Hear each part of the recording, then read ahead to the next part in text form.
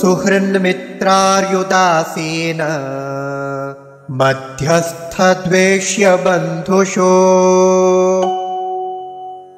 साधुष्वपि च पापेषु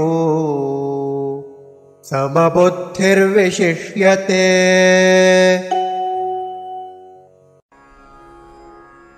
सुहृत् मित्र अरि उदासीन मध्यस्थ द्वेष्य बन्धुषु साधुषु अपि च पापेषु समबुद्धिः विशिष्यते।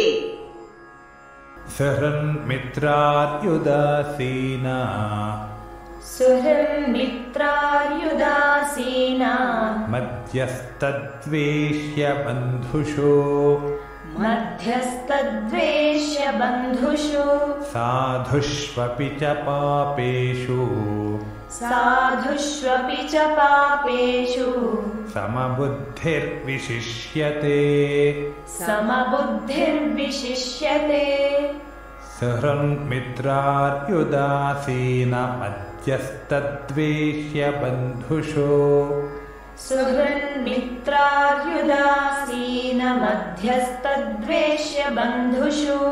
साधुष्वपि च पापेषु समबुद्धिर्विशिष्यते।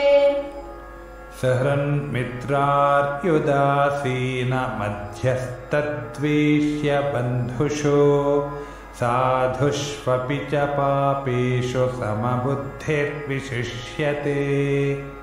सुहृन्मित्रार्युदासीन मध्यस्थद्वेष्य बन्धुषु साधुष्वपि च पापेषु समबुद्धिर्विशिष्यते।